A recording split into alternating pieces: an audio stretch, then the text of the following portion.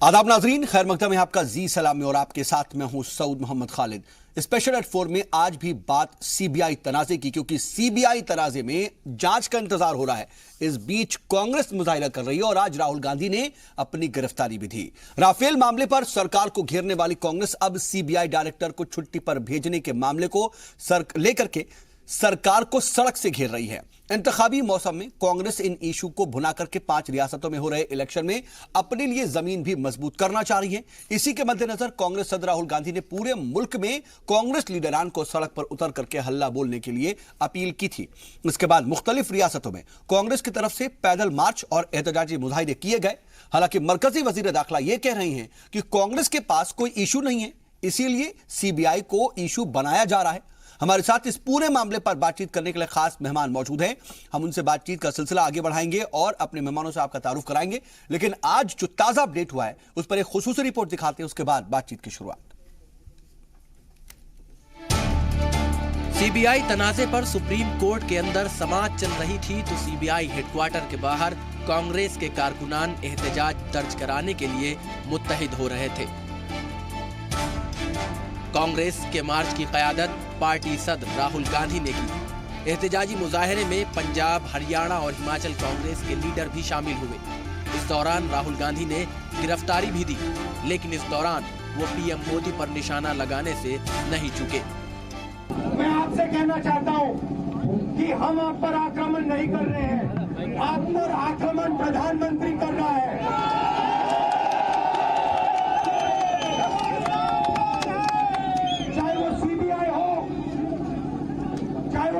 Commission हो, चाहे वो विधानसभा हो, लोकसभा हो, हिंदुस्तान के हर इंस्टीट्यूशन पर नरेंद्र मोदी आक्रमण कर रहा है।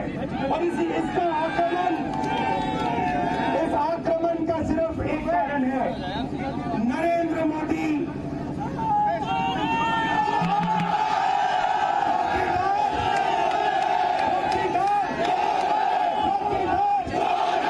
केंद्रीय जांच ब्यूरो के कार्यालय का घेराव करेंगे और प्रधानमंत्री नरेंद्र मोदी जी ने जो सीबीआई को कैद कर लिया है और तोते की मुंडी मरोड़कर उसका दम निकालकर ही दम लिया है, तो उसको मोदी जी की सलाखों से आजाद करवाने के लिए, ताकि वो निर्भीक, निष्पक्ष और स्वायत्त जांच करने वाली एक एजेंसी फिर बन सके, इसकी मांग हम देश के सामने रखेंगे। वहीं इस मामले पर बीजेपी बैकफुट पर नजर आ रही है। हालांकि मरकजी वज़रा इसे कांग्रेस की नाकामी ही बता रहे हैं। वजीर दाखिला राजनाथ सिंह ने कहा है कि कांग्रेस के पास इशू की कमी है, इसलिए सीबीआई तनाजे को मुद्दा बनाने की कोशिश की जा रही है। देखिए, कांग्रेस के पास जो है जनहित से जुड़ा मुद्दा कोई शेष नहीं बचा है, इसलिए अनावश्यक इधर उधर के मुद्दों को लेकर जो है लोगों को गुमराह करने की कोशिश कर रही है। भाई, ऑलरेडी आपने देखा कि सुप्रीम कोर्ट का आज ही जो है फैसला आया है, तो अब कोई एक अथॉरिटी उसकी जांच कर रही है, जांच रिपोर्ट की प्रतीक्षा करनी चाहिए। वहीं सीबीआई में चल रही इस उठापटक के मामले में सुप्रीम कोर्ट ने बड़ा फैसला दिया। सुप्रीम कोर्ट ने आलोक वर्मा की अर्जी पर मरकजी हुकूमत को नोटिस भेजते हुए कहा है कि आलोक वर्मा के खिलाफ 2 हफ्तों में सीवीसी अपनी जांच पूरी करे। सुप्रीम कोर्ट के रिटायर्ड जज ए.के. पटनायक की देखरेख में जांच पूरी की जाएगी। सुप्रीम कोर्ट ने उबूरी सीबीआई डायरेक्टर को भी हिदायत दी है कि जब तक कोर्ट में समाअत चल रही है, नागेश्वर राव कोई बड़ा नीतिगत फैसला नहीं ले सकेंगे। नागेश्वर राव ने अब तक जो फैसले लिए हैं उसे सील बंद लिफाफे में पेश किया जाए। अब इस मामले की अगली सुनवाई 12 नवंबर को होगी। तो ये कहना गलत नहीं होगा कि सीबीआई मामले में मरकजी हुकूमत को काफी फजीहत झेलनी पड़ रही है और इसके साथ ही सीबीआई तनाजे की शक्ल में कांग्रेस को मोदी हुकूमत के खिलाफ एक और बड़ा मुद्दा मिल गया है। राफेल पर कांग्रेस पहले से ही हुकूमत को घेरती आ रही है। ब्यूरो रिपोर्ट, जी सलाम। दरअसल सीबीआई में जिस तरीके का तनाजा शुरू हुआ, शुरू में तो ऐसा ही लग रहा था कि ये सीबीआई के अंदर नंबर 1 और नंबर 2 की लड़ाई है और ऐसा ही लग रहा था कि जो अंदरूनी अफसरान हैं उनके बीच की खींचतान का ये पूरा मामला है। लेकिन जैसे जैसे ये आगे बढ़ता गया वैसे वैसे इसमें सियासत की जो दखल है वो बढ़ती गई और आज ये जांच एजेंसी का मामला ना रह करके एक बड़ा सियासी मुद्दा बन गया है या फिर बना दिया गया है। इसको लेकर के सभी अपोजिशन जमाते सरकार पर हमलावर हैं, लेकिन अब ये पूरा मामला सुप्रीम कोर्ट में भी है और आज सुप्रीम कोर्ट की तरफ से भी कुछ अहम बातें सामने आई। हम तमाम पहलुओं पर तफसील से बात करेंगे। हमारे साथ बातचीत के लिए खास पैनल मौजूद है। अपने मेहमानों से आपका तारुफ करा देते हैं। हमारे साथ 6 खास मेहमान जुड़ चुके हैं। हमारे साथ इस वक्त स्टूडियो में मौजूद हैं कांग्रेस के national spokesperson professor Ajay Upadhyay ji, साथ ही हमारे साथ बीजेपी के national spokesperson Mahesh Verma ji जुड़े हुए हैं और साथ ही सीपीआई के स्पोक्स पर्सन अमीर हैदर जहरी साहब हैं। वहीं हमारे साथ लखनऊ स्टूडियो से मौजूद है समाजवादी पार्टी के स्पोक्स पर्सन कपीश श्रीवास्तव जी और यहां स्टूडियो में ही मौजूद हैं हरियाणा पुलिस के एक्स आईजी रणवीर शर्मा जी और साथ ही सुप्रीम कोर्ट के एडवोकेट राजीव रंजन जी। आप सभी का बहुत इस्तकबाल है। और राजीव रंजन जी, मैं पहले आपसे शुरुआत करना चाह रहा हूं कि आज जो कुछ भी सुप्रीम कोर्ट में हुआ, जरा वो आप कुछ बताते चले कि क्या आज का डेवलपमेंट है। सुप्रीम कोर्ट ने जो बातें कही हैं उसका मतलब क्या है? जी, सुप्रीम कोर्ट में आज सुनवाई के लिए मैटर आया था honourable chief justice of India साहब के पास। एक्चुअली उन्होंने मैटर को पूरी तरह से देखने के बाद दोनों पक्ष का जो भी बात था उस बात को सुनने के बाद उनका जो ऑब्जर्वेशन था, उस ऑब्जर्वेशन में जो बात आ रही थी वो बात थी interest of equality, fair play and principle of natural justice. इसके लिए उन्होंने गवर्नमेंट ऑफ इंडिया को टाइम दिया है, नोटिस किया है कि आप इसका जवाब फाइल करें। ठीक है। अभी जो नागेश्वर राज साहब है उनको केवल रूटीन काम के लिए उनको अधिकृत किया गया है कि आप केवल अभी रूटीन काम को देखेंगे और रूटीन नहीं लेंगे या वो कोई मेजर डिसीजन नहीं लेंगे और रूटीन काम के अकॉर्डिंगली ही वो आगे की कार्रवाई करेंगे और वो अपनी सीबीआई ऑफिस को चलाएंगे।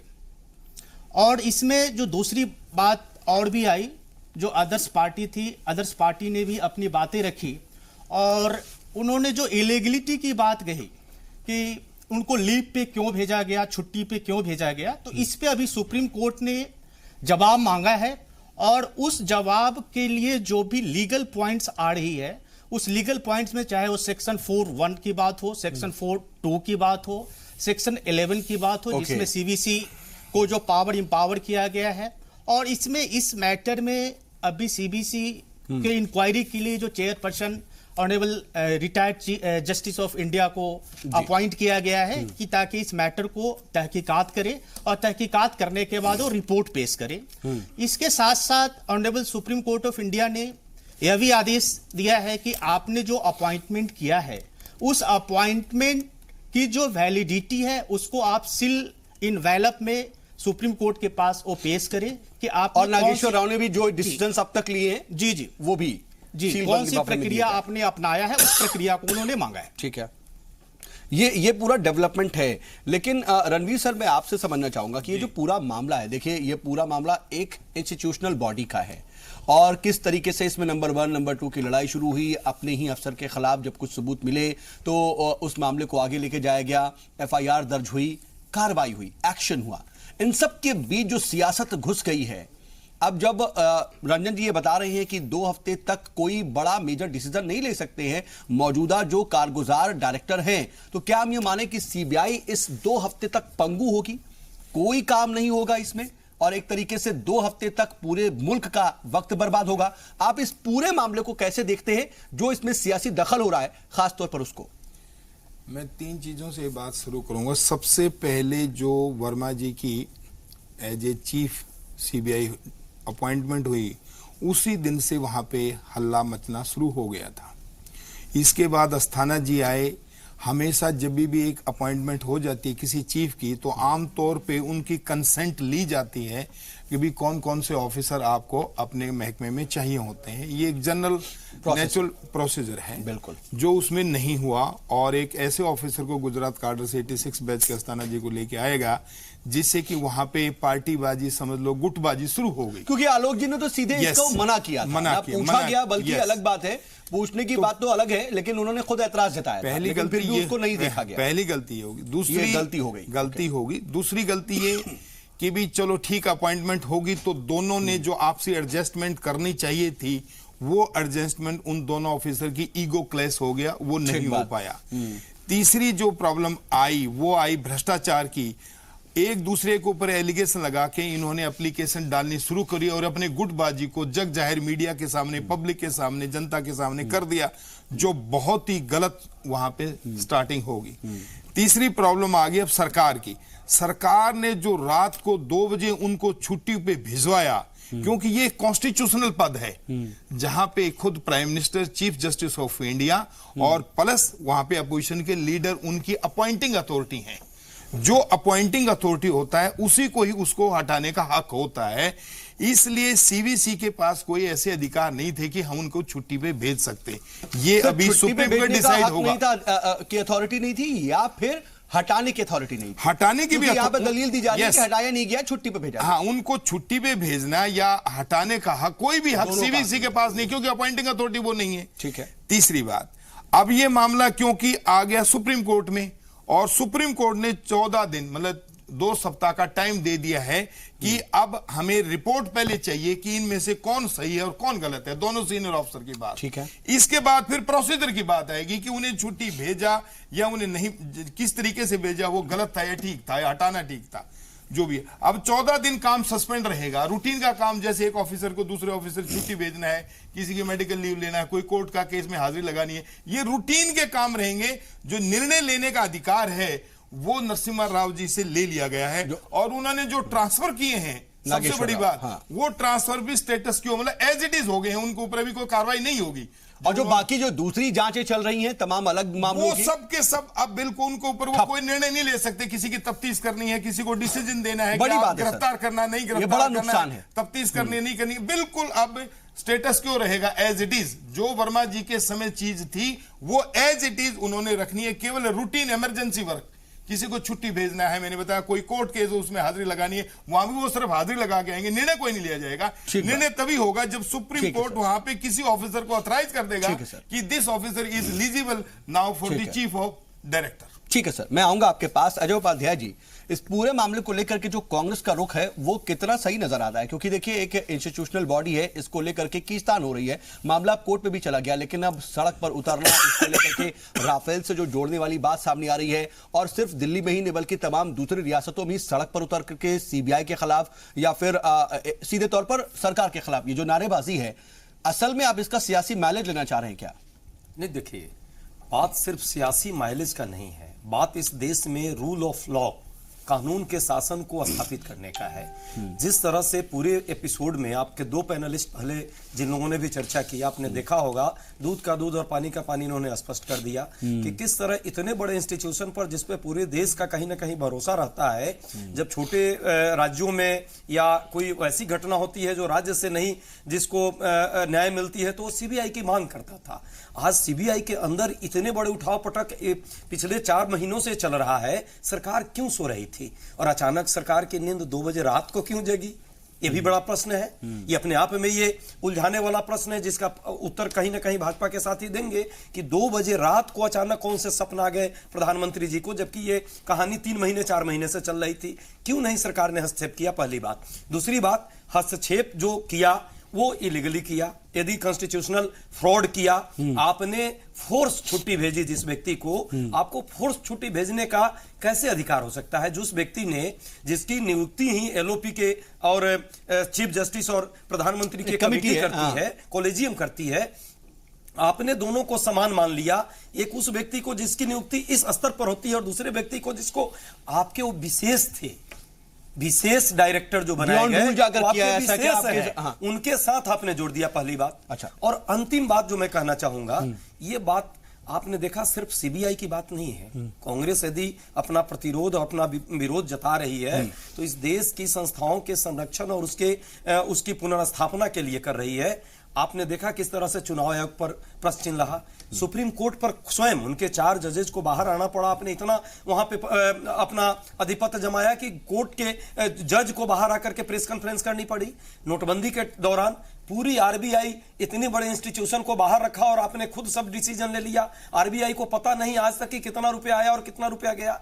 इसके अलावा ईडी के साथ भी वही सीवीसी की जिस बात की आज दुहाई दे रहे हैं आप, यही सीवीसी है ना जिसके चीफ के नियुक्ति के लिए पिछले 2.5 और 3 साल से पूरा देश एक तरफा आपको बोल रहा था कि कहां गया आपका वो जो नारा था, काले धन लाना और भ्रष्टाचार मिटाना। आज वो न खाएंगे न खाने देंगे। उसके चीफ को जो सतर्कता आयुक्त है उसकी नियुक्ति में आपने इतनी डिले की, आज वही आपका आधार बन रहा है एक दूसरे व्यक्ति को हटाने का। मेरा मानना है इस देश में संवैधानिक संस्थाओं का क्षरण आप इतना नहीं होने दीजिए। व्यक्तिगत डेमोक्रेटिक इंस्टीट्यूशंस को कमजोर किए जाने के खिलाफ आप हैं पूरी तरह से। प्रजातांत्रिक व्यवस्था को, जमहूरियत को किसी न किसी रूप में मेंटेन रखिए। ये देश के भी महेश जी से मैं इस पर जवाब दूं, कोई भी रहे, पहले कांग्रेस रहे, भाजपा रहे, सपा और बसपा रहे, इंस्टीट्यूशन रहेगा तभी पार्टियां रहेगी। इंस्टीट्यूशन बड़ा है और देश बड़ा है। ठीक है, मैं महेश जी से जवाब लूं उससे पहले बाकी जो अपोजिशन जमाते हैं उनसे भी रिएक्शन ले लेता हूं। कपिल साहब, जरा आप बताइए कि ये जो तमाम चीजें दिख रही हैं, चाहे सीबीआई को लेकर के जो पूरा तनाजा है सुप्रीम कोर्ट में, ये पूरा मामला है, कांग्रेस जब सड़क पर है तो समाजवादी पार्टी अपने आप को कहां पाती है? कांग्रेस के साथ कदम ताल इस पूरे मामले पर मिलाती है, या फिर कहीं ना कहीं वो ये देख रही है कि कांग्रेस कहीं माइलेज ना ले ले इसलिए हमको भी कुछ करना है, भले ही आफ्टर ऑल आपको साथ में मिलकर के आने के बारे में सोचना है तब भी? नहीं, कांग्रेस अपना काम कर रही है और समाजवादी पार्टी अपना काम कर रही है। हमारे भी कैडर ऐसा नहीं है कि वो सड़कों पर हैं इसके खिलाफ। कारण सिर्फ ये नहीं है, आप एक चीज देखिए कि देश में 70 साल जो चीजें नहीं हुई और देश में जो सन 1951 के बाद चीजें नहीं हुई, आज ऑटोक्रेसी के कारण देश में इस सरकार के वो सारी चीजें हो रही हैं। और आप देखिए, ये मैं नहीं कह रहा हूं, सर्वोच्च न्यायालय के कोलोनियम की जो 4 वरिष्ठ जज थे, 70 साल में पहली बार उन्होंने प्रेस कॉन्फ्रेंस करके कही कि आज हम अगर अपनी आत्मा की आवाज नहीं कहेंगे तो देश हमें कभी माफ नहीं करेगा। तो जो सीबीआई बनाम सीबीआई की हालत है, वो सीबीआई बनाम सीबीआई की इस वजह से हो गई है कि इस सरकार के जो हाथ हैं वो पारदर्शी नहीं है। कहीं ना कहीं सरकार सीबीआई से खुद डरी हुई है। कारण क्या है कि जो प्रशांत भूषण जी हैं और यशवंत सिन्हा जी थे और क्या बोलते हैं बिसौरी साहब थे, इन्होंने एक जो शिकायती पत्र लिखा उसमें कुछ दस्तावेज भी उन्होंने राफेल के संबंध में लगा करके सीबीआई के निदेशक आलोक वर्मा जी तक पहुंचाया था कि उस पर जांच की जाए, इस विषय पर विचार किया जाए, क्योंकि ये देश की सुरक्षा से, देश की एक एक व्यक्ति से जुड़ा हुआ मामला है राफेल। तो उन्होंने इस बात की मुआयदी की और अपने यहाँ भी डिपार्टमेंट में दिया, साथ ही रक्षा मंत्रालय में भी उन्होंने वो जो दस्तावेज इन्होंने लगा के दिए थे उनकी पुष्टि कराने के लिए, सत्यापन कराने के लिए भेजा था रक्षा मंत्रालय में। तो जब ये सरकार को पता चल गया कि आलोक वर्मा जी हो सकता है कहीं राफेल की जांच ना शुरू कर दें और प्राथमिक दर्ज करके अपना काम शुरू करना कर दें, तो इस वजह से ये सारी चीजें आपको सीबीआई बनाम सीबीआई दिखाई दे रही है। ठीक है, दलील के बुनियाद, लेकिन मुझे थोड़ा सा समझ नहीं आ रही, थोड़ी कंफ्यूजिंग है, मैं उस पर भी समझूंगा आपसे। थोड़ी जो दलील आप दे रहे हैं, ठीक है, राफेल से इसका कहीं ताल्लुक हो, कनेक्शन हो ना हो, ये तो समझ में आएगा बाद में, लेकिन ये समझ नहीं आ रहा कि पहले तो राकेश अस्थाना के खिलाफ एक्शन हुआ, राकेश अस्थाना के खिलाफ एक्शन के बाद जब अस्थाना साहब ने वर्मा साहब को घेरने की कोशिश की, उन पर इल्जाम लगे, तभी तो उनको हटाया गया। लेकिन सवाल यह है कि अस्थाना साहब पर जो चार्जेस लगे या फिर उन पर एक्शन हुआ, वर्मा साहब ने किया था, यानी कि उनकी छुट्टी पर भेजने की जो आखिर में सिचुएशन आई, शुरुआत उन्होंने ही की थी। तो क्या अपनी छुट्टी पर भेजे जाने के लिए वही ये सब कुछ स्क्रिप्ट लिख रहे थे? ये अपने आप में एक सवाल हो जाता है। ठीक है, आप इसको राफेल से जोड़िए या किसी और चीज से, ये लेकिन कहीं ना कहीं अनसुलझी बात आती है। जैदी साहब, जरा आप इसको समझा पाएंगे क्या? देखिए, बीजेपी एक बात कह रही है कि विपक्ष जो है या कांग्रेस या राहुल गांधी झूठ बोल रहे हैं, तो सच क्या है पहले ये बीजेपी देश को बता दे। बताना तो पड़ेगा, जो बीजेपी कह रही सच तो वो भी नहीं है। बताएंगे अभी जैदी साहब। ये जो मिस्टर स्पेशल है, ये स्पेशल कैसे बने पहले तो ये समझना होगा। इनका अगर गुजरात का कार्यकाल देख लिया जाए और वहां जो इन्वेस्टिगेशन इन्होंने की है, जिसकी वजह से ये स्पेशल बने, ये पूरा देश जानता है।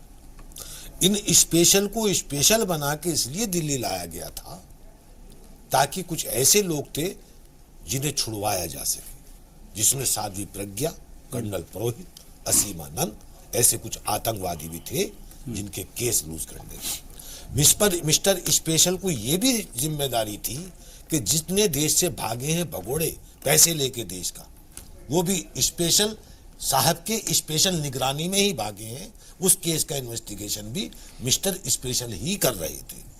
अब इन सब चीजों को ना खुल जाए, ना उजागर हो जाए, ये सब षड्यंत्र रचा गया है, ये देश जानना चाहता है। आलोक साहब ने ही तो एक्शन लिया ना, एक्शन तो आलोक साहब ने लिया, आलोक साहब ने स्पेशल जो आप कह रहे हैं मिस्टर स्पेशल के खिलाफ लिया ना। हाँ। मिस्टर स्पेशल के खिलाफ लिया। अच्छा, अब जब उसके जैसे ही उनके खिलाफ एक्शन हुआ तो उनके ऊपर काउंटर एक्शन रिएक्ट हो गया। अच्छा। मिस्टर स्पेशल से जब ये पूछा गया और ये सब कुछ लगा कि मिस्टर स्पेशल के सारे कारनामे खुलेंगे तो आकाओं के भी खुल जाएंगे, जिनके हिदायत पे, जिनके निर्देश पर ये सब कुछ हो रहा था। ठीक है, तो सिर्फ राफेल की बात नहीं है, बाकी और भी। और मैं एक चीज और कहता हूं, देखिए सऊद भाई, देश की जनमानस को 2-3 संस्थान देश के ऐसे हैं जिस पर भरोसा है।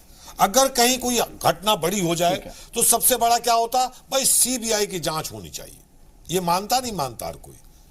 अगर किसी को नीचे न्याय मिलता उन्हें भाई सुप्रीम कोर्ट जाएंगे, अभी तक तो मांगता रहा सर, यही होता है। लेकिन तीनों एक चुनाव आयोग जिससे प्रजातंत्र टिका हुआ है, ये डायरेक्ट जुड़े हुए। चुनाव आयोग की संदिग्धता हो गई, वहां ईवीएम का मामला घुसता है, उसे नहीं करेंगे। लेकिन सवाल तो ये भी है ना सर कि सिर्फ अपोजिशन को ही तो ऐसा नहीं है ना कि ये सब संदिग्ध लग रहा है, मुश्तबा लग रहा है। मुश्तबा नहीं लग रहा है, ये देश जानना चाहता है दाल में काला, आवाम को भी मुश्तबा लग रहा है या नहीं? लग रहा है। अपोजिशन को तो हर चीज मुश्तबा लगेगी। नहीं, आवाम को ही लग रहा है। जब कोलिजियम के 4-5 जजों में से 4 जज आके कह दें कि सुप्रीम कोर्ट को बचाना है, लेकिन फिर भी नहीं आता है। सीबीआई के स्पेशल के ऊपर जब लेकिन सर जो 4 जज थे उनमें से ही एक इस वक्त चीफ जस्टिस है। सर वो तो कहना चाहिए वो मजबूरी थी, देश के सामने आ गया था, पूरा विपक्ष पूरा देश उनके पीछे खड़ा हुआ था, ये नहीं कर सकते थे। डैमेज कंट्रोल है। अच्छा नहीं, मैं आ रहा हूं सर, महेश जी मैं आपके पास आ रहा हूं, जवाब आलोचना किसकी कर रहे हैं? चीफ जस्टिस ऑफ इंडिया जो थे उनकी आलोचना कर रहे हैं, सरकार की आलोचना कर रहे हैं। और ये फासिज्म क्यों? वो सरकार को बोल रहे हैं बिल्कुल, जिसे देश को बचाना। सरकार का उसमें क्या रोल है? ठीक है महेश जी, ठीक है, मेरा काउंटर क्वेश्चन अलग था, लेकिन अभी हम सुप्रीम कोर्ट में जो कुछ हुआ था उसके बारे में बात नहीं कर रहे हैं, मौजूदा चीजों के बारे में बात कर रहे हैं।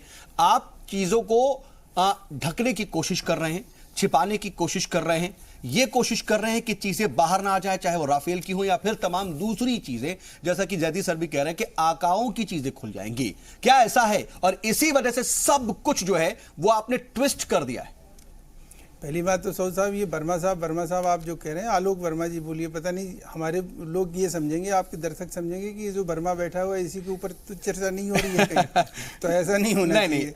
महेश वर्मा जी के बारे में बात कर रहे हैं, हम उनसे सवाल पूछ रहे हैं और वर्मा साहब कोई दूसरे हैं। दूसरा कि सबको पता है कि सीबीआई के वो डायरेक्टर थे जो छुट्टी पर भेजे गए। राजीव रंजन साहब जो सुप्रीम कोर्ट के हमारे एडवोकेट हैं, या हमारे IPS अफसर रणवीर शर्मा साहब हैं, ये लोग तो इस चीज़ को समझने की कोशिश करेंगे। जैदी साहब भी मुझे लग रहा है कि बीइंग इंडियन समझेंगे इस बात को, लेकिन ये ज़रूर है कि अजय उपाध्याय जी इस बात को से इत्तेफाक नहीं रखेंगे कि आज जो है कांग्रेस का एक तीर से 2 निशाना साधने के ऊपर जो है एक करारा तमाचा लगाया है सुप्रीम कोर्ट के इस ऑर्डर ने। पूछिए कैसे? कल एक और घटना घटी थी जिसकी जो है गूंज जो है मीडिया और तमाम लोगों तक पहुँच ना पाए, क्योंकि इनके यहाँ कल एक और जो है मोदी चौकसी टाइप का एक और आदमी चार्जशीटेड हो गया जिसका नाम है पी चिदम्बरम, जो इनका बहुत बड़ा नेता है, जो जिसके ऊपर ये लोग रस्क करते हैं, जिसके ऊपर गर्व करते हैं, उसको कल चार्जशीट किया गया। और कांग्रेस के भ्रष्टाचार के अध्याय में एक पन्ना और जुड़ा, और उस बात को छिपाने के लिए, उस चीज को ढकने के लिए, उस पाप को, उस भ्रष्टाचार को जनता जान ना सके मीडिया के माध्यम से, उसके लिए ये तमाम राफेल का झूठ ये सामने लाया गया। एक बात मैं आपको बताऊं सऊद साहब कि अस्थाना और वर्मा जी की जो लड़ाई है वो इस बात के लिए शुरू नहीं हुई थी, ये इनकी व्यक्तिगत लड़ाई थी। जो Rakesh Asthana acting CBI director थे, वो जो सीबीआई हाउस में रहते थे, वहां से इनकी आपस में ठनी, और वो ठनते ठनते वो इतना बड़ा विकराल रूप ले लिया कि आज की डेट में एक दूसरे के ऊपर, सुन लीजिए, जब इस देश का कानून है कि जब इस स्तर का अधिकारी एक दूसरे के ऊपर भ्रष्टाचार का आरोप लगाए तो सरकार की ड्यूटी बनती है कि उसकी जांच कराए, विपक्ष की ड्यूटी बनती है कि उसमें मांग रखे कि जांच कैसे हो। उसको राफेल जैसे इशूज को लेके उससे कनेक्ट करके और आलोक वर्मा जी का और कभी राकेश अस्थाना के ऊपर कीचड़ उछाला जाए, शर्म आती है ऐसी राजनीति से। ये किस तरह की राजनीति कर रहे हैं? चलिए बता आज जो है ना, आज जैदी साहब आप ये कह रहे हैं कि राकेश अस्थाना साहब, सुनिए मैं नहीं बोला था, आप जब बोल रहे थे तो मैं नहीं बोला था जैदी साहब, मैंने नहीं बोला था साहब की बात नहीं, आपने जो है मेरी बात जो है राकेश अस्थाना जी के ऊपर आपने टिप्पणी की। मेरी बात जरा सुन लीजिए, मेरी बात सुन लीजिए। इन सबके बीच पी चिदम्बरम का एंगल है या नहीं? आप पी चिदम्बरम का एंगल बता रहे हैं, ये राफेल का एंगल बता रहे हैं, लेकिन इन सब के सर मैं ये कह रहा हूं उस सीबीसी के पास पावर थी या नहीं थी? मीडिया आईबी के जरिए जासूसी कराई गई या नहीं कराई गई, ये भी अहम बात है, इस पर भी हम जरा समझेंगे। चिदम्बरम ने 3,500 करोड़ रुपया का घोटाला कैसे किया, मुझे दुनिया को बताने के लिए जरूरी थी। ठीक है सर, ये आज मीडिया बात को आज सीपीएम और सीबीआई का यहाँ प्रवक्ता बैठ के, सर मुझे फौरन ब्रेक पर जाना पड़ रहा है, मुझे फौरन ब्रेक पर जाना पड़ रहा है। ठीक है सर, मैं आप दोनों के पास आऊंगा। सीबीआई तनाज़े में जिस तरीके से लगातार नए नए एंगल्स जोड़ रहे हैं, लगातार जो इसमें डेवलपमेंट हो रही है, उसी को लेकर हम बातचीत कर रहे हैं। हमारे साथ बातचीत के लिए खास पैनल मौजूद है। महेश जी, एक बार फिर से मैं आपके पास आ रहा हूं। ठीक है, आपने तमाम चीजों के बारे में बात कही और आप चिदम्बरम का एंगल ला रहे हैं और अजय उपाध्याय जी राफेल का एंगल ला रहे हैं, लेकिन इन सब के बीच जो अहम बात है वो कहीं गुम हो जा रही है। सीबीसी के पास क्या इसकी अथॉरिटी है कि इस तरीके से छुट्टी पर भेजा जाए? ये पूरी बात सामने आ रही है और ये सवाल बड़ा इंपॉर्टेंट है, क्योंकि अगर बियॉन्ड द रूल जाकर के ये किया गया तो गलत है, इल्जाम वही लग रहे हैं। इन सब के बीच जो जासूसी का एंगल जुड़ रहा है सर, कल आईबी के कुछ अफसरान पकड़े गए, वो इन सवाल है ना सर, सियासत से अलग इन सवालों का जवाब नहीं आ पा रहा। देखिए मैं आ रहा हूं फिर रणवीर सर आपके पास। सऊद साहब, इसमें एक बात आपको समझनी होगी कि सुप्रीम कोर्ट ने जो बात आज कही है वो सीबीसी के ही रिकमेंडेशन पे मुहर लगाई है। उसने ये कहा है, उसमें सिर्फ एक बदलाव किया है कि आप इस इंक्वायरी के प्रति सुप्रीम कोर्ट ने का नजरिया स्पष्ट है कि भाई इंक्वायरी होनी चाहिए। जब दो इस स्तर के डायरेक्टर, जो देश के शीर्षस्थ दो अधिकारियों ने एक दूसरे के खिलाफ भ्रष्टाचार का आरोप लगाया, तो उसकी जांच होनी चाहिए। और ये नरेंद्र मोदी गवर्नमेंट है, यहाँ भ्रष्टाचार नाम की कोई भी 1% भी चीजें बर्दाश्त नहीं की जाएगी यहाँ पर। और जब इस स्तर के अधिकारी एक दूसरे के खिलाफ किए हैं तो सीबीसी की ये ड्यूटी बनती है, और उनके यहाँ ये कानून भी है, कायदे भी हैं। अपॉइंटिंग कमेटी की ड्यूटी बनती है या सीबीसी की ड्यूटी? सीबीसी की बनती है सर। सीबीसी मैं इसको जरा समझूंगा। हाँ, बिल्कुल। ये हमारे एक्सपर्ट हैं राजीव रंजन साहब, ये बहुत तेज तर्रार और बहुत ही वरिष्ठ अधिवक्ता भी, बड़े लंबे टाइम से इनके बारे में मैं सुना भी हूं।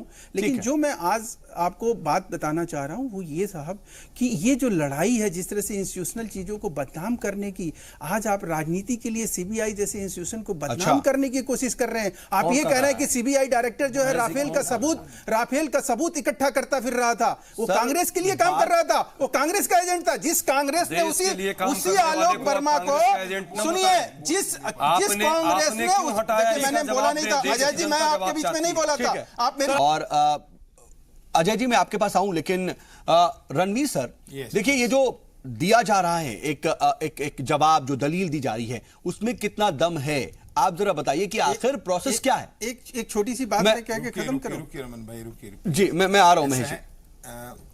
इसमें जो आप सीबीसी की बात कर रहे हैं, क्या उन्हें छुट्टी पे भेजने का हक था? नहीं। इस वक्त एक ऐसी सिचुएशन सरकार के सामने बन गई कि वो क्या करें, दो सीनियर ऑफिसर हैं, वो लड़ रहे हैं। ठीक है, वो एक दूसरे पे इल्जाम लगा रहे हैं, एक दूसरे के ऊपर दरखास्त दे रहे हैं।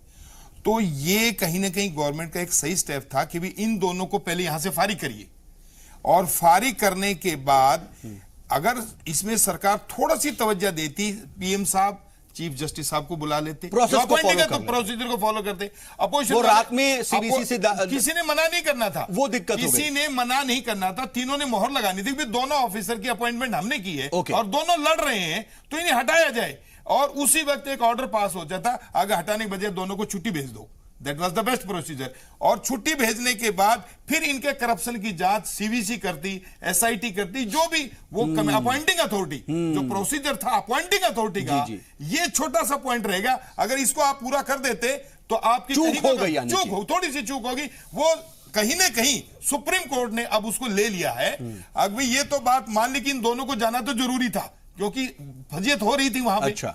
और उसकी इंक्वायरी एक चीफ जस्टिस ने अपने सुप्रीम कोर्ट के जो जज है रिटायर्ड, उनके हवाले कर दी। अभी ये सीबीसी जो जांच करेगी इसके ऊपर हम मॉनिटरिंग करेंगे, अभी कुछ गलत तो नहीं हो रहा। तीसरी जो सबसे अच्छी बात इसमें होगी है कि जिस नरसिम्हन को ऊपर बिठाया था, अभी तुम अब कार्रवाई नागेश्वर राव, करो, हाँ। उसको स्टेटस क्वो में कर दिया, तुम नीतिगत फैसले कोई नहीं लोगे, तो अब कहीं ना कहीं ये सिस्टम पे बात आ जाएगी और प्रोसीजर की बात यही आएगी सुप्रीम कोर्ट सरकार का दखल अब हट जाएगा, अगर अगर रहा भी होगा फाइनली यही कहेगी। ठीक है। अभी पीएम साहब आप बैठिए और तीनों बैठ करके इसकी छुट्टी का प्रबंध करिए। ठीक है, लेकिन उपाध्याय जी क्या वाकई ऐसा था कि चूक जो हो गई, जो बता भी रहे हैं रणवीर सर, वो जो चूक थी उसको आपने फौरन उठाया, उसको भुनाया और चिदम्बरम साहब के जो मामले से सबका ध्यान भटका दिया, जैसा कि महेश जी कह रहे थे, ऐसा है क्या? सौद साहब, ये चूक नहीं है। और मैं पूरे इस थ्योरी से, जो एक हाइपोथेटिकल थ्योरी दी जा रही है कि दोनों में झगड़े थे, दोनों व्यक्तियों में झगड़े कब शुरू हुए हैं?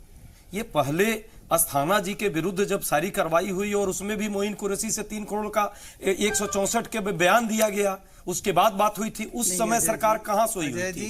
क्यों नहीं? आप बोलेंगे, मैं आपको जब समय आएगा। मैं कहता हूं कि 3 करोड़ का जब उस पर आरोप लगा, उसके बाद आलोक वर्मा ने उसको जांच की बात की, एक डीएसपी पकड़ा जाता है, इतनी सारी चीजें होती है, सरकार उस समय तक राकेश अस्थाना पर क्यों नहीं कार्रवाई की? ये सरकार का भी काम था। ठीक है, लेकिन जब आजादाना जांच हो और साफ क्लियर क्रिस्टल चीजें निकल करके सामने आए, उसका स्टेप लिया गया, तो फिर आपने उसको पकड़ लिया। सौद साहब, यहीं से तो गड़बड़ी है। ऐसे दिखाया जा रहा है जैसे कि सीबीआई के 2 व्यक्तियों की लड़ाई है। 2 व्यक्तियों की लड़ाई नहीं थी। अच्छा। ये अस्थाना पर जब आप लाए हैं उसे, उस व्यक्ति पर इतनी कार्रवाई हुई, इतने उस पर आरोप आए, उस आरोप की जांच के लिए यदि नंबर 1 ने कोई प्रावधान किया, तो आपने अभियोजन को ही अभियुक्त बना दिया। इधर से काउंटर आपने कर दी। सरकार को चाहिए था उस समय सीबीसी का, लेकिन अस्थाना साहबी ने तो सारी बात कही, करनी चाहिए थी। राकेश अस्थाना ने जो इल्जाम लगाया उसके बाद एक्शन हुआ ना सर, वही तो उसके बाद हुआ। पहले जांच पर क्या कार्रवाई सरकार ने की? पहली बात। इसके वजह से कांग्रेस कह देगी कि राफेल के लिए आलोक वर्मा जी, महेश जी 10 सेकंड दे दीजिए, सबूत इकट्ठा कर रहे थे। 10 सेकंड दे दीजिए, आप पर मैं डिस्टर्ब और चिदम्बरम जी पे भी बोल दीजिए। दूसरी बात, 4 अक्टूबर को यह घटना होती है जब इन्हीं के नेता, हम अरुण शौरी जी हमारे कोई नहीं है, जसवंत सिन्हा जी अभी भी उनके बेटे मंत्रिमंडल में है, और प्रशांत भूषण कोई कांग्रेस के नहीं अधिवक्ता है। सुब्रमण्यम स्वामी को ले लीजिए, उन्होंने खुद इस पर सवाल उठाए छुट्टी पर भेजने को लेकर। इन लोगों की जब बात आई और सबने कहा कि सीबीआई के पास उन्होंने 132 पेज का एक प्रस्ताव रखा कि भाई इसकी जांच होनी चाहिए। उसके बाद 15 अक्टूबर को सारी कार्रवाई के लिए आगे बढ़ती है सरकार। इनका अस्थाना साहब का 15 अक्टूबर को काउंटर आता है। मेरा कहना है इस पूरी प्रक्रिया में ये कहीं ना कहीं ये कहा गया है अस्थाना को कि आप भी काउंटर करो, ताकि ये लगे कि 2 लोगों के बीच की लड़ाई है। क्योंकि सरकार चाहती थी कि ये मुद्दा इस स्टेज पर आ जाए कि लगे कि दोनों में लड़ाई है, तब हम 2 बजे रात को बैठ कर 1 मिनट बोलने दीजिएगा जरूर। उन्हें कूक करना था और कहीं ना कहीं सीबीआई को प्रश्चिन लगाना था, आपका जवाब में लड़ाई लगानी थी। मैं जी जवाब अजय जी ने एक बड़ी अच्छी पूरी बात आ गई। आईबी के लोग क्यों कल उनका वो कर रहे थे, उन पर जासूसी की क्या बात आ गई? क्यों आई ऐसी बात? मैं आ रहा हूं, राजीव जी आ रहा हूं, मैं जल्दी से जवाब ले लूं पहले महेश जी से। महेश जी से जवाब ले लेता हूं। अपना कब्जा जमाना है। अजय जी, कोई बात नहीं। अजय जी एक मिनट, अजय जी एक मिनट, अजय जी एक मिनट, आपने सारी बात कही, लेकिन साहब ने अलाउ किया, इसलिए चुप हो जाइए प्लीज। अधिकारी हैं अजय जी, सारी बात आपने बोली, लेकिन चिदम्बरम साहब नहीं बोला। सिर्फ एक मिनट साहब का यहाँ कहाँ मैटर आता है? राफेल का मैटर। अरे भाई, देश का पूर्व वित्त मंत्री 3,500 करोड़ का घोटाला कर गया, उसके खिलाफ चार्जशीट दाखिल कर दी गई। इस देश के पैसा, जनता का पैसा लूट लिया।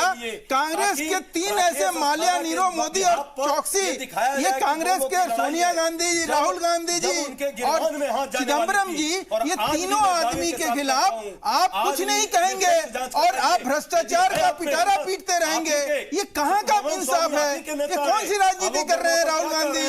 अरे बोलिए, कहिए कि हम चिदम्बरम साहब को कांग्रेस से निकाल रहे हैं। वो नहीं कह सकते हैं क्योंकि उन्हें मालूम है कि ऐसा कहेंगे तो सबसे पहले उनको अध्यक्ष पद छोड़ना पड़ेगा, उनको अपनी मां को पार्टी से निकालना पड़ेगा, क्योंकि दोनों के ऊपर भ्रष्टाचार का आरोप है। ठीक है, लेकिन सर ये जो आप दोनों का जवाब है ना, 3 महीने से विवाद चल रहा था, क्यों नहीं 3 महीने के बीच में आपने? अब एक बात जरूरी है, पॉइंट ठीक है, कपिल साहब और राजीव साहब इस पर जवाब देना चाह रहे हैं, मैं उन दोनों के पास। ठीक है सर, ठीक है, मैं इन लोगों से जवाब दूं, लेकिन सर मजबूरी है, हमें एक बार फिर से मुंबई जाना पड़ रहा है। मुंबई से जो बराह रास्त तस्वीरें वो अपने नाजरीन को दिखा दे। वो बहुत वहां पर प्रोग्राम का आगाज हो चुका है। इस वक्त मुख्तार अब्बास नकवी खिताब कर रहे हैं।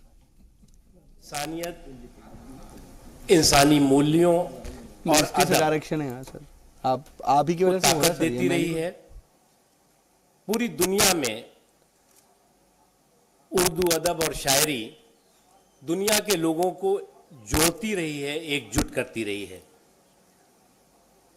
आज मैं बहुत फख्र महसूस कर रहा हूँ, मैं बहुत गर्व महसूस कर रहा हूँ कि उस उर्दू अदब के तमाम वो नगीने, तमाम वो ताकतें, वो लोग यहाँ पर आपके सामने मौजूद हैं जिनके कलाम आप अभी सुनेंगे और उनकी हौसला अफजाई करेंगे।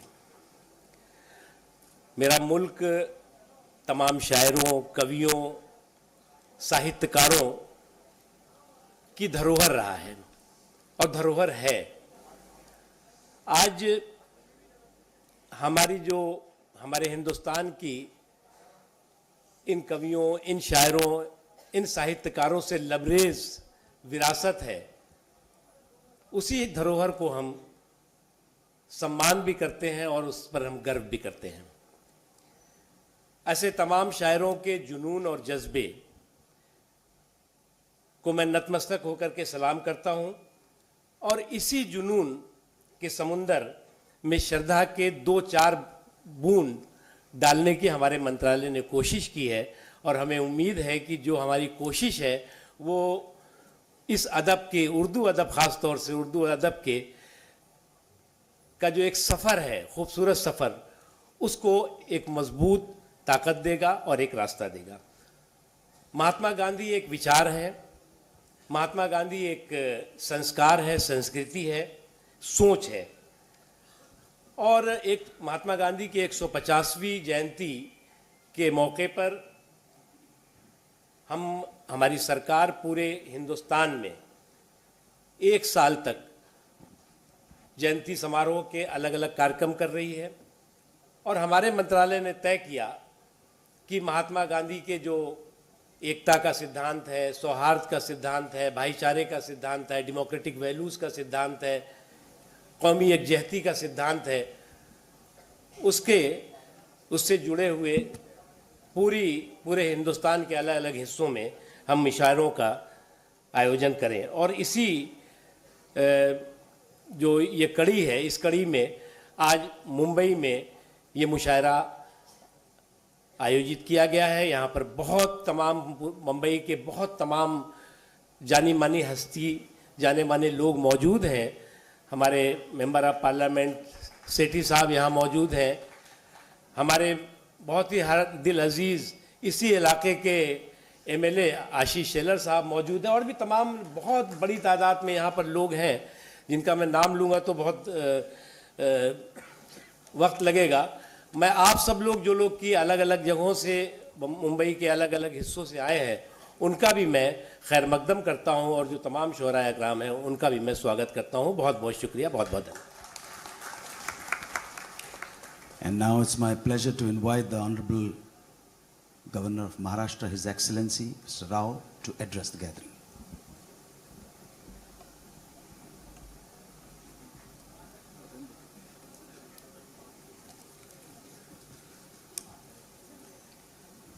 Sri Mukhtar Abbas Naqvi ji, Honorable Union Minister of Minority Affairs. चलिए एक बार फिर से अपनी बातचीत को आगे बढ़ाते हैं और जैदी सर और कपीश श्रीवास्तव जी भी बहुत देर से कुछ बोलना चाह रहे हैं। हालांकि मैं राजीव जी आपके पास आना चाह रहा था, लेकिन कपीश जी और रणजीत के लिए सिर्फ 1 मिनट, अगर आधा सेकंड से ज्यादा लूं तो आप कह दीजिएगा। सिर्फ 2 मिनट में लीगल पॉइंट्स मैं वही समझना चाह रहा हूं सर, और उस बात को जल्दी से पहले आ जाए क्योंकि इंपॉर्टेंट चीजें जो है वो छूट जाए। सारी सियासी पार्टियों की सियासत के चक्कर में ये भी ठीक नहीं। साहब एक सेकंड के लिए सिस्टम ही खराब कर दिया ना, नेताओं ने ठीक है सर, देखिए मेजॉरिटी ये कह रही है महेश जी कि उस पॉइंट को आ जाने दिया जाए। मैं उसको ये और इसको एलोब्रेट कर जल्दी। मैं ये कह रहा हूं कि राकेश अस्थाना, अरे सुनो एक मिनट, राकेश अस्थाना को जब वो एक्टिंग चीफ थे सीबीआई के, उस समय जब मीटिंग हो रही थी उसको डिरेल करने की कोशिश मल्लिकार्जुन खड़गे साहब ने खूब करी कि आलोक वर्मा सीबीआई के डायरेक्टर ना बने, उनके पसंद थे आर.के. दत्ता। ये बात थोड़ी अब आज की डेट में 360 डिग्री में ये जो घुमाया जा रहा है इस बात को, सर फिर वो उस चीज में फिर रास्ताना साहब को लाया गया, वर्मा साहब ने एतराज किया, नहीं होना चाहिए था, बहुत सी चीजें रहेंगी। सर देखिए फिर वही है कि वो डिले हो जाएगी। राजीव रंजन जी, मैं जरा इसके लीगल पॉइंट को समझना चाह रहा हूं। अब देखिए उधार के विशेष के विशेष है। मैं आ रहा हूं अजय जी और महेश जी और उधार के जो विशेष है, ठीक है, उनके विशेष। अजय जी मैं आता हूं। राजीव रंजन जी बताएं। सर एक्चुअली सबसे पहले हमें इस चीज को एसेस करना पड़ेगा कि ये सिचुएशन क्रिएट क्यों हुआ। आप देखेंगे 24 अगस्त 2018 से ये जो स्टार्ट होता है कंप्लेंट देने के बाद जब सीबीसी के पास कंप्लेंट आता है, सीबीसी सेक्शन 11 के तहत जो उसके पास इंपावर किया गया है लेजिस्लेचर के द्वारा, वो नोटिस भेजते हैं डायरेक्टर को भेजते हैं कि आप हमारे सामने अपनी सारी डॉक्यूमेंट्स प्रोड्यूस करो। क्या होता है फिर उसके बाद one pretext to other pretext director या फिर जो स्पेशल डायरेक्टर हैं वो टाइम लेते रहते हैं। अब टाइम लेने का रीजन क्या है वो गॉड नोज, और या फिर वो डायरेक्टर साहब या स्पेशल डायरेक्टर बता सकते हैं कि क्यों नहीं वो अपने डॉक्यूमेंट प्रोड्यूस कर पा रहे थे, ठीक है, सीबीसी के पास। फिर सितंबर का मंथ आता है, सितंबर के मंथ में भी 11 सितंबर को 2018 को फिर डायरेक्टर को इंस्ट्रक्शन दिया जाता है कि आप अपनी सारी फाइल को प्रोड्यूस करो, सारी डॉक्यूमेंट्स को प्रोड्यूस करो सीबीसी के पास। 14 सितंबर को फिर वो टाइम ले लेते हैं। इसके बाद क्या होता है कि दोनों के बीच, चूंकि ये लॉ पॉइंट जब आप देखेंगे, चूंकि दो के बीच में जब किसी तरह की जो डिस्प्यूट है और उस डिस्प्यूट को डिसाइड कैसे किया जा सकता है, सेम ऑफिसर्स या उसी के नीचे जो ऑफिसर्स उनके लिए जो काम कर रहा है वो उस न सिर्फ उन दोनों को बल्कि उनकी टीम को भी हटाओ, उनके टीम को, अगर उनकी टीम ही उन्हीं का तहकीकात करे, उनका सारे केस को तहकीकात करेगा, इंट्रोगेशन करेगा, इन्वेस्टिगेशन करेगा, तो जाहिर सी बात है किसी न किसी का प्रेशर पड़ेगा। ठीक है। अब वो बात आती क्या है कि आज के डेट में पूरे देश में, भारत में आज हम जब भी सबसे ज्यादा मजबूर होते हैं तो कहते हैं हम सीबीआई से जांच कराएंगे। इसके लिए हम हाईकोर्ट चले जाते हैं कि नहीं, सीबीआई को डायरेक्शन दिया जाए कि हमें जांच करके पूरी रिपोर्ट पेश की जाए। अब क्या होता है कि सीबीआई के जो डायरेक्टर हैं सीबीसी को कोऑपरेट नहीं करती है, वो डॉक्यूमेंट्स प्रोड्यूस नहीं करती है, और जो ये एलिगेशन एक दूसरे पे लगाया जा रहा है, इससे जो मैसेज जा रहा है पूरे कंट्री में, वो हमारे सीबीआई का जो डिपार्टमेंट है या जो ऑटोनोमस बॉडी है उसके प्रति लोगों का जो हमारा टूट गया, या लोगों के प्रति जो उनको विश्वास थी सीबीआई के प्रति, उनको धीरे धीरे वो कमजोर होते नजर आ रहा था। तो सर ये इसका सीधा सा मतलब है कि जो एक बहुत बड़ी डेमोक्रेटिक इंस्टीट्यूशन बॉडी थी वो कमजोर हो गई, न सिर्फ कमजोर हुई बल्कि आज दरहम बरहम हो गई, और इसको बनाए रखने की जिम्मेदारी सरकार की थी, कहीं ना कहीं सरकार की थी और जो सीबीआई डायरेक्टर थे उनके भी थी कि वो अपनी सारी डॉक्यूमेंट्स को, अगर वो इनोसेंट थे, अगर वो ऑनेस्ट थे, तो दोनों आके प्रोड्यूस करते, अपने डॉक्यूमेंट्स को देते। डॉक्यूमेंट्स देने के बाद नेचुरल सी बात है कि सारी चीज क्लियर हो जाती, तो वो क्यों नहीं दे रही थी, ये सस्पेक्ट की बात है। अगर सीबीसी ने जो डिसीजन लिया है, मैं आ रहा हूं, जल्दी सर आ रहा हूं, ठीक है, इसी बात से मैं लूंगा सर, मैं आता हूं आपके पास। एक में सेक्शन 4(2) जो कि आज के डेट में सारे लोग कह रहे हैं कि क्यों सीबीसी ने उनको छुट्टी पे भेजा। हाँ, ठीक है। सेंट्रल गवर्नमेंट के पास ये सीबीसी दिल्ली स्पेशल एक्ट के तहत इंपावर किया गया है कि वो अपना पावर को यूज कर सकता है सेक्शन 4(2) में। वो गलत है, उसके बाद उस स्थिति को कर दिया गया है। नहीं, उस स्थिति को ये सिलेक्शन कमेटी अजय जी आप बताएंगे एक विद्वान लेकिन इंपावर करने के बाद सुन लीजिए, डायरेक्शन ये सब आपके अगेंस्ट में जा रहा है, ये सब आपके खिलाफ जा रहा है, 4B की बात कर रहे हैं, कांग्रेस के खिलाफ जा रही है, 4B का जिक्र कर रहे हैं, 4B कांग्रेस की 4B में ऑलरेडी ओवर रूल कर दिया गया है। नारायण वाले केस चिदम्बरम साहब ने 3,500 करोड़ का घोटाला किया, उसको बता दीजिए। के बिना ठीक है, छुट्टी पर भेजने की बात है। ठीक है अजय जी, ठीक है अजय जी, बात यही हो गई है कि हम एक इंट्री मेजर दे रहे हैं जिससे कि हम सीबीआई का जो दफ्तर है रणवीर से बात नहीं है। कपिल जी ठीक है, इन सब के बीच जो बातें सामने आ रही है, इसमें राफेल कहां से आ गया? इसमें राफेल कहां से आ गया? इन सब के बीच में राफेल कहां से आ गया? इसमें राफेल कहां से आ गया? ये राहुल गांधी आज बिना मतलब के उस आदमी को थाने में बैठवा दिया गया, उस बेचारे को, सर मैं समझ आदमी को, राहुल गांधी को थाने में बैठवा दिया गया, ये काहे के लिए पॉलिटिकल जो मैंडेट। और ये जयती साहब एक कम्युनिस्ट पार्टी के स्पोक्स पर्सन आज चिदम्बरम जी के ऊपर कुछ नहीं बोल रहे हैं, हमें शर्म आ रही है, हमें शर्म आ रही है। सरकार जो है उसी तरीके से वर्मा जी पेश कर रहे हैं। सर आ रहा हूं, आपके पास आ रहा हूं, लेकिन कपिल जी भी जो बात रख रहे हैं उनकी बात भी आ जाए। बहुत देर से बोलेंगे वर्मा जी, आपने यहाँ भी तो ऑटोक्रेसी की हुई है। ठीक है, आपने तो यहाँ भी तानाशाही चलाई। कपिल जी ठीक है, मेरी बात का जवाब दीजिए कि इन सब के बीच जो इसका असर इलेक्शन पर पड़ने की उम्मीद जताई जा रही है, लग रहा है कि इससे कहीं ना कहीं पॉलिटिकल माइलेज ले लेगा अपोजिशन। क्या आप उसी के लिए इन चीजों को तूल दे रहे हैं? क्योंकि बार बार ये बात कही जा रही है कि इस मुद्दे से ध्यान भटकाने के लिए, उस मुद्दे से ध्यान भटकाने के लिए राफेल का एंगल लिया जा रहा है, सड़क पर आया जा रहा है, ऐसा है क्या? नहीं खालिद साहब, ये किसी चुनाव से जोड़ करके इसको मत देखिए, ये इस चीज को देश से जोड़ करके देखिए। अगर देश के विरुद्ध कोई चीज जाएगी तो निश्चित रूप से विपक्षी दल को तो इसीलिए विपक्ष में बैठने का अधिकार मिला कि हम इनकी निगरानी कर सकें। और जिस चीज पे इन्हें शर्म महसूस करनी चाहिए हमारी भाजपा को या हमारी भाजपा की सरकार को, उस पे ये फक्र महसूस करके सारी चीजें कह रहे हैं। लेकिन आप सोचिए कि अगर एक साल से दो सीबीआई के बड़े डायरेक्टर जिनकी अपॉइंटमेंट आपने की थी, उनके बीच में अगर रस्मकसी चल रही है और देश के सामने सीबीआई का समस्या एक खड़ा हो गया है, तो ये निश्चित रूप से आपका फेल्योर है, ये तो पीएमओ का फेल्योर है। इसमें तो पीएम साहब को जो है क्षमा मांगनी चाहिए कि उनकी गवर्नेंस। कपिल जी वो कह रहे हैं कि राफेल इसमें कहां से घुस आया? उनका सवाल का जवाब आप नहीं दे रहे हैं। वो कह रहे हैं कि राफेल कहां से घुसा, ये बताओ ना। ये ज्ञान ही आप किसको ज्ञान दे रहे हो? राफेल कहां से? ये सबको मालूम है। जो आप बोल रहे हो विपक्ष का काम ठीक है। मैं वर्मा जी पहले सुन लीजिए, रखने दो। वर्मा जी सुन लीजिए, सुनने का भी मादा रखिए।